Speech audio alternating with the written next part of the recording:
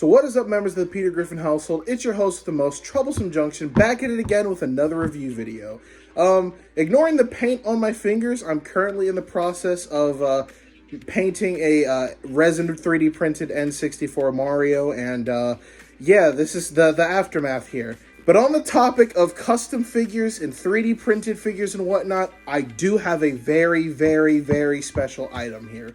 And it comes from the man, the meme, the Giga Chad himself, VDVortex. Now, to give some background before I open this box, I want to talk about the Resaurus toy line. Now, this is a line that I've mentioned before in other videos. They were a toy company back in the 90s where they had dabbled in making video game tie-in, movie tie-in figures. They're responsible for some really iconic toy lines. I always talk about the Sonic Adventure line, which I have adamantly collected since like 2017. But another one of their toy lines that has fascinated me for a long time, and I've been collecting it for a while, is the Crash Bandicoot line.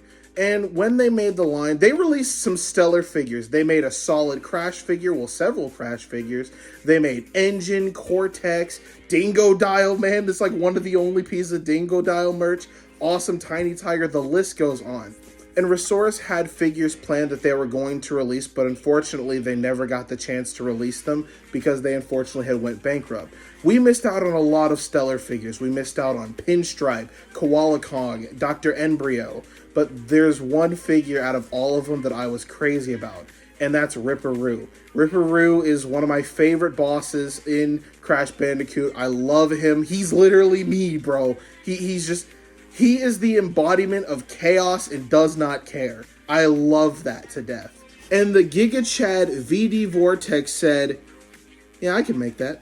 And the man went on, he sculpted, modeled, and started 3D printing and painting these figures to sell to Crash Bandicoot fans. And I'm all here for that. One thing that I think as a toy collector that is the saddest thing is whenever there's a toy line that you love that got canceled, and especially when they were going to make some solid figures. I'm still to this day butthurt that Resaurus wasn't able to make Sonic Adventure 2 figures, but hey, that's neither here nor there. So you do have two options when you buy his figures. You can just get the figures alone, or you could get them with the accessories. And I just opted into getting just the figure itself. I do want to go back and buy a bunch of the crates he makes because they're really good. But I've rambled on long enough. Let's actually unbox this figure. All right, coming in for the unboxing. Oh, we got some paper. Okay, so it looks like here, so I believe that I can see Ripperoo through the thing. He does include instructions with these figures, and, you know, just tells you just kind of do's and don'ts of the figures. We will go over that. This right here is just the, oh, oh my goodness. Okay, so here is just the receipt for the figure and when I bought it and everything. Dude included a drawing of Ripperoo, man. Oh my god, look at that. Dude, I kid you not. He posted this on his story. And I was like, that's a really nice drawing of Ripperoo. I'm gonna screenshot that. And look at it. I didn't realize that this one was mine. I love this. VDVortex, I just want you to know I will be cutting this out and framing it. This is amazing. For me, it's always the little stuff like this. When it comes to like getting packages and whatnot, yeah, of course you do get an awesome figure, but like this right here is where it's at. No. It just completely throws away the figure, just wants the doodle. Oh yeah, that is definitely going on the wall. That is, I love that. All right, so, oh! Looks like we get the little time trial totem. I don't think that this was a part of it, or maybe just threw it in as little gubbin, little bonus, but we'll talk about it here first.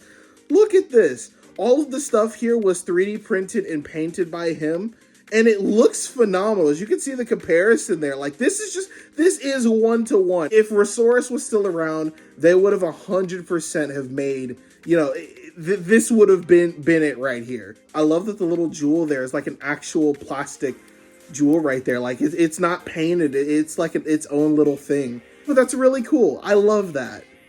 All right, but before we get to the actual figure itself, I do think it is important to consult the instructions. This right here just gives you kind of a breakdown of some important things to note, most importantly, his socials. We're just going to put that on screen right there. You guys need to go and support VDVortex. This man deserves more clout than I do, man. Like, get this man past 10K followers on Insta. Like, oh my gosh. Dear customer, thank you for purchasing from VDVortex. Your support is precious and allows me to realize and share my dreams. You know what? You deserve it, man. Like this, you are literally out here doing God's work, and we all love you for it. One thing I really do want to note, and this is something I will talk about later, it emphasizes up here that this is an art project, not a toy. I'll get more into depth of why that is important later on, but basically, this is something that is dedicated for collectors. I think that is reflected in not only, we'll get into the nitty gritty later, but this does go for a premium price tag, I'd say. It goes for around $130 or something like that, and for essentially a handmade piece, you know, like all of the stuff was done by him. Oh yeah, that is 100% a warranted price for this. I mean, have you seen the prices that SH Figure Arts go for? Like, come on now. So it gives a breakdown on how the figure's constructed, how to go about everything, and just important things overall to note, but we will get to those things in the video. I think that is a solid thing to include with a product like this too, because with toy collecting, some things can be all over the place. But I mean, hey, to each their own of how people go about it. All right, so I think we'll start out with the head right here. Oh my gosh, just looking at this guy is just throwing me back to... One of the things I love about Crash Bandicoot is that I grew up with the games. The first game I played was Wrath of Cortex. Fight me on it, you know. I know people are going to give me crap for that, but I grew up with Wrath of Cortex, Crash the Titans, and then the first two games. But, oh my goodness, man. Dude, I have so many good memories of me and my brother sitting in the basement playing Crash the Titans together and then just playing through, trying to see how far we could get on the first game, because it is definitely a very challenging game, you know. It's one of those memories I have. Oh, it looks like one of his ears popped up. Let's see. Oh, yeah, it looked like it came off, unfortunately. But hey, nothing a little super glue can't fix. Look at his tongue. Dude is licking his ear. You digging for gold there, Ripperoo? Oh my goodness, but look at this guy. I'm gonna move his tongue out of the way a bit more. We'll just kind of, let's see. There it is. Gotta kind of pull it out though, because it is, you can see there's a peg and there is a hole in his mouth that it kind of slots into. I believe it just goes like this. I am gonna go through with some super glue and glue the tongue into place so it's not just slipping and sliding all over the place. All right, it's in place. Look at this guy. This is really good stuff right here, man.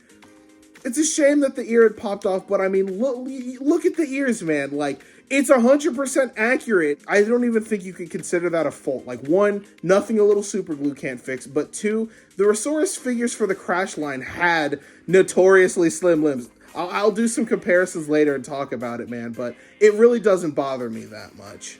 All right, looks like just some newspaper. And then we get his body and his lower torso, not a torso, but his leg section. Pelvis region? Ripperoo butt? I don't know. It is kind of funny how it's packaged, so... It looks like it could be its own character. Alright, but we can just bring these around town here. It is an articulated figure. The paper does clarify what parts rotate. Like, I believe that it said that the torso does rotate. Yup, it does indeed rotate. It does share basically identical points of articulation to the action figures. I do think that this probably has a bit more, because I believe it also says that the ears rotate too. Yeah, they do. Right there, yeah, you can see it right there. All right, I guess we should go through and do what we all want to do and make Ripperoo complete. All right, got to line it up here. I do want to be very careful because I will talk more about like fragile this and stuff. Ooh, it rotates. Once you push it in there, I don't know if you guys heard the little pop sound it made, but like, yeah, it's in there. Like, it doesn't feel, there it goes. Like, you can, there you go. Like, it rotates really well, but it also isn't loose in there. Like, that's awesome. I wonder how we pulled that off. Oh my goodness, man. Look at this guy. He looks amazing. All right, I just moved everything out of the way, just showcasing some of the gubbins. I am going to cut the camera here, run upstairs, and get some super glue so I can fix his ear and we can review this guy in full. There's nothing some good old Craggle Super Glue Fixer Elixir can't fix. But look at Ripperoo, he looks phenomenal. If you take a look at this man side by side with the art, he's spot on. It's literally like, you know, we just stepped back in time to that toy convention where they showed off the concept art, and you know, we just happened to snag the prototype model, even though I don't believe there was a physical prototype made. I think it was just the concept art. But regardless, we have the physical toy now, baby. Let's go. So despite him being 3D printed, he has a very smooth matte finish. What I'm assuming is that, you know, VD had used like filler primer. If you guys are familiar with that, it is, you know, a type of paint where you it's a primer paint, but it also fills in those nitty-gritty little gaps. Really good stuff. Highly recommended if you do custom 3D printed figures. Even looking on the bag, like all of the tiny details, this stuff is all hand painted. How did listen? Look at all of the color differences on this guy. Look at all the smaller details. How did he do this? I genuinely want to know how long it takes him to do this. I would love to see VDVortex make like a behind the scenes video where he just like documents his process in making these guys. You know what I mean? Would love to see that. I love how everything just pops. You look at Ripperoo, he just looks like a cartoon character, man. Like, it is so good. I know that there's been some discourse about, you know, VDVortex making these figures because people are like, oh, you're just taking the concept art and you're capitalizing off of this one. But the thing is, a lot of the people who worked on, like, for Resaurus and in particular on this line have come forward and say, like, they love this. Like, who wouldn't be flattered that, like, someone looked at your art, your work, and said, I want to make that a reality now. Like, that's really cool. My thoughts on the matter is VDVortex, keep doing what you're doing, man. And especially with he recently announced that he's making Pinstripe Potteroo. And that's something I can't wait for, man. Pinstripe is one of my favorite characters as well. He's a fucking Potteroo with a gun. Who doesn't love that? Definitely will be purchasing that. But look at this guy, man. Even the swirls in the eyes are nicely painted. I wonder how long that took. That does not look easy to paint. All of the tiny crevices, all of the individual teeth. I showed the buckles on the back, but he looks so good. Even like the wrinkles and stuff on the nose. You know, the sad thing too is the fact that if we got more Ripperoo merchandise, it wouldn't even look like this, because this is based off of the original design of Ripperoo from the first game and all of the art behind that. But Ripperoo now looks like this. He looks much more rounded. Like, this guy looks very lanky and jagged, whereas the newer render looks a lot more stockier and you know, rounded off. I definitely much prefer this look, even though a lot of people don't get the fact that he's a kangaroo and not a dog. Some people definitely do get that mixed up, which, yeah, it does make sense, but, like, still, you know, Ripperoo, like you know, it's clearly a pun on kangaroo. Oh, man, you know, I really can't wait to take some, like, some you know, fun photos of this guy with my Resaurus figures, maybe even make like a little diorama of Ripperoo's boss fight, the big TNT crates. Even at the bottom on the foot there it is right there, VDVortex. I love it so much. You know, one thing that I'm very shocked about with this guy, like in particular with the feet and stuff, is that I saw like videos of people reviewing this guy. I thought the legs were a lot thinner, but no, they're surprisingly thick. And if I will do some comparisons, and you will see that one of my concerns that I have with the Resaurus line is, yes, the Crash characters have very exaggerated, cartoony, and thin limbs, but when you translate that to toy form, it really doesn't pan out well. And you'll see that with the Resaurus figures, even going beyond Crash Bandicoot, like Sonic. The Resaurus Sonic figures all have the thinner kind of limbs, and they're notorious for being fragile as well. It's one of those unfortunate circumstances, but I really do think that VDVortex got around that here. Like, look at this guy. I think the way that I'm going to display him is I'm going to put him in one of the Toy Biz Mario Kart carts.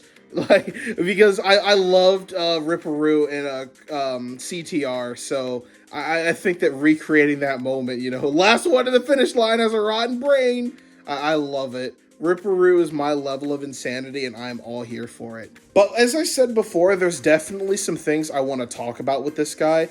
One of the things that I mentioned before, and I emphasized the fact that this is not a toy. Now, for those of you who follow me on Instagram or just know me personally, I like to carry my toys around. Like, yes, I am a toy collector, and yes, I'm all about toy preservation, but I do like to have, like, if I have a toy, you know what I mean? Like, I will carry it around, I'll put it in my pocket, take pictures of it in random locations, or fiddle around with it when I'm in class or whatnot. That's just what I do. I've done it since I was in like middle school, and I've been doing it. I have not missed a day where I have just completely forgotten a toy to take with me wherever I go somewhere. But this is not going to be one of those things. This is going to be one of those things where I'm going to display it on my shelf, and that is that. I'll occasionally take it off for like photographs, pictures, and just to take it off, look at it, and hold it, and be like, damn, that's a good looking figure. Now, as I did mention before, this is something that, you know, I definitely don't feel as bad when it comes to moving this thing around, because the limbs are a lot thicker than I was anticipating. But still, this is definitely not something I would want to handle heavy-handedly. I'm a very heavy-handed person, and I mean, I think that speaks for itself as the things that I'd explained before. And the reason why I do talk about the type of material it's made of, this is made out of traditional PLA 3D printer filament, which is basically just like the plastic that goes layer by layer. You can even see that in some of the underneath some of the filler primer, you can get glimpses of the lines. Man, VD did an amazing job with, you know, like making this thing look like a figure and not just a 3D printed thing. Here are some tiny resin 3D printed Metal Mario figures. These are just some of the ones that I'm currently painting up and whatnot. I do have another one that's out in the garage drying right now. That's why my fingers have red on them and stuff like that, because I was painting him. But, you know, these things are made out of resin, which is stupidly expensive, but simultaneously, like it is definitely, like, very durable. Since it's not made layer by layer in terms of heated plastic, this is kind of, in a sense, like a one and done sort of thing, even though, yes, technically it is made layer by layer, but it's definitely a lot more durable. And the arms and limbs and stuff like that, like, I could squeeze it, I could bump it around and squash it in my hands if I wanted to. I could roughhouse these things, and I wouldn't fear breaking them. But this guy, I definitely do, and that is by no means fault of the figure at all. As I said before, the intention of this thing is not to be roughed-housed and played with. It is just something I want to give a comparison to, because I do know there are a lot of younger people in my audience, and I do want to clarify that this is not a toy, and these are the specific reasons of why. This is coming from someone who will try and make exceptions no matter what to play with something, you know what I mean? I am that guy that a lot of toy collectors would definitely butt heads with. This thing does exactly what it sets out to do. It is a solid display piece. You sit it down and it looks phenomenal. It is definitely a lot lighter too compared to the other figures, and that's a great thing, because one of the problems with some of the other figures, like I'll bring right now, Tiny Tiger, you know, he's this big guy, but because he has that cartoony design with the tiny legs and whatnot, he's top heavy. So having a heavier figure, yeah, he can sometimes stand up, but as a whole, he does tend to flop down more. But since the Ripperoo is made of 3D printed PLA, he is very light. So, you know, I think it'd be really cool. Like, you know, you could probably put some blue tack on his foot or something like that and get him into some fairly dynamic, like, jumping poses, or, you know, get a SH Figure Art stand or something like that. I really want to see, like, some toy photography stuff done with these guys. And if no one else has done it before, you know, I would definitely love to step up to the plate with that. But when I say this, you have to keep in mind, I am not critiquing this thing saying, like, oh, it should have been a toy. This was not made for the intention of being that. This was made for the intention of being displayed on toy shelves. This was made for serious collectors. I'm bringing this up as a talking point and a precaution for anyone who is interested in this thing, that if you do have a similar mindset to me, I would not advise you playing with this, you know, unless you want to spend a lot of money and make VDVortex make an absurd amount of Ripperoos. But, you know, I am in no way criticizing this figure for those reasons. That'd be like criticizing a horror movie saying that I didn't like it because it was scary. Well, no fucking shit. You knew what you were getting into. It's not intended to be anything but that. But seeing this guy and looking at how awesome he is really makes me clamor for a proper, you know, Ripperoo figure. I would love to see, especially with the fact that there are still, you know, toy companies making Crash Bandicoot merchandise. But I would love to see like a Ripperoo action figure of one that I can take places and all that kind of stuff. Like, this really has got me in that kind of pumped mood. I love that feeling. This is just such a phenomenal looking figure, and I am all here for it. It's even better that I have this too, because there really isn't a good Ripperoo figure out there as of current. There's literally like 2. I think there's like technically 3, because I think there's like a buildable little figure. Well, it's like a bootleg Lego figure or whatever. But there is, one of them is a U2's figure. It's not a bad looking U2's. I buy the U2's. I love the Poppy Playtime ones. I bought the Huggy Wuggy one in the player. Phenomenal figures. Like, U2's is great, but it's not this. Like, you know, it's not an actual figure. It's more of a statuette. And the other piece of Ripperoo merchandise is this little figure from CTR that was made by Funko. They're just these little vinyl figures that are just little statuettes of the characters in the carts. This thing is as cool as the faces and the sculpt is. Like, this is definitely a very charming, stylized figure. And hey, more Ripperoo merch. Why the hell don't the wheels move? This is so weird. But outside of those 3 figures, that is basically it. And it's kind of weird. But hands down, when it comes to Ripperoo merchandise, you can't get better than our good pal VDVortex's interpretation right here. This thing completely blew away all expectations I had for it. Like, this thing is definitely better than I anticipated it.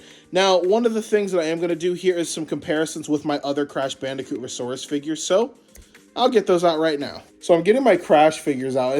I put Ripperoo near the camera, and I just look at his face, just like, hey, yo, you got games on your phone? I don't know, I love that. So here Ripperoo is standing next to some of my other Resaurus Crash figures. This definitely isn't all of them, but I'm working with a very small table right now.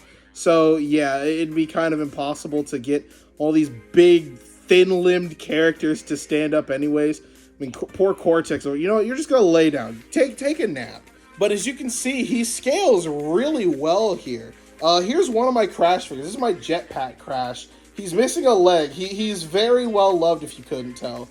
Look at those cash money eyes, man. And then my Dingodile, who's unfortunately fallen victim to what a lot of Dingodiles do. He's missing the mouth. Yeah, if you couldn't tell, he was my favorite, and yeah, there's no recovery for that, unfortunately. I do got to get a replacement Dingodile at some point, but hey. But as you can see by some of the characters, like by Engine's legs, even with Cortex's legs, you can see here, like, these guys had very, very thin limbs, and unfortunately, that was one of many of their downfalls. I'm going to start moving these guys back some because they are, like, falling over and everything. But one of the biggest issues is the fact that these guys had a really high tendency to break. The big factors that played into why they were so fragile is, yes, they had really thin limbs, but also they were manufactured overseas in China and there really wasn't good quality control. So yeah, unfortunately, there are a lot of broken Crash Bandicoot and just Resaurus figures in general. You know, finding them in good condition will definitely cost you a pretty penny. But with this guy, you know, it's really nice to see that the legs, they're still very, very solid, but still, I would not fiddle around with this thing like you are playing with it as a toy, as I mentioned before. But if you were to drill a small hole for an SH Figuarts display stand, you could make it look like he's hopping through the air. Maybe you could put like 1 foot forward and 1 foot kind of back, so he's like, you know, romping around or something wacky like this. Like, I really like that, you know, like something like, I feel like there's just so much potential with something like this. So that concludes our review on Ripperoo. If you want to know my final rating for this guy, I give him a solid 10 out of 10. If you're a fan of older action figures and Crash Bandicoot as a whole, I could not recommend this guy in the plethora of other figures that VDVortex has made. I definitely have plans on picking up the Cyborg Turtle, Nitrous Brio, and then of course Pinstripe whenever he comes out. Not to mention the fact that this is a piece that was made by a fan due to his dedication and love for the franchise. That really impacts me. That really touches me, man. Like, that is such a wholesome thing, and I love seeing stuff like that come out of fandoms. So I definitely recommend you guys go and support VDVortex. Show him some love, whether it be following him, checking out his Etsy shop. We're all here for it. Definitely going to be making some more videos on this guy's stuff. I can't get enough of these gubbins. So that's all I got to say for this video. I'll see you guys on the flip side. Spimpton ass! Spimpton ass! Yes! Spimpton yes! Spimpton yes!